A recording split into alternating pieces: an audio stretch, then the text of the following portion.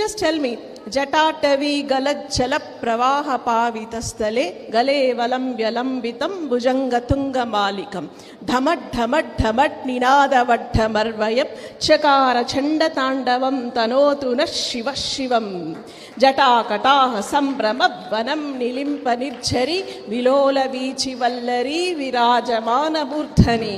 ఎంత beautiful Sanskrit. Do you know who has written this? ఎవరు రాశారు? ఎవరు రాశారమ్మా? No, sorry, Adi Shankaracharya. Thank God nobody said it's from Baahubali.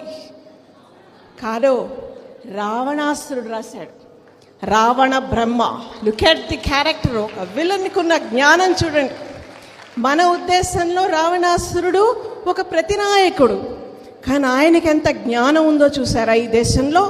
అంటే ఒక ప్రతినాయకుడు కూడా ఈ దేశంలో గొప్ప క్యారెక్టర్ ఉంది, గొప్ప జ్ఞాని. లుక్ ఎట్ అది. అంటే ఎంత బ్యూటిఫుల్గా రాయగలిగాడు. ఆయనకు 64 కళలు తెలుసు, కానీ ఒక్క తప్పు, అధర్మం. రాముడికి కూడా లేనని కళలు ఆయనకున్నాయి, కానీ ఒక్క చోట అధర్మం చేస్తే ఎన్ని కళలున్నా, ఎంత జ్ఞానివైనా ఎలా పతనం అయిపోతావు అని చెప్పడానికే రామాయణం. అవునా?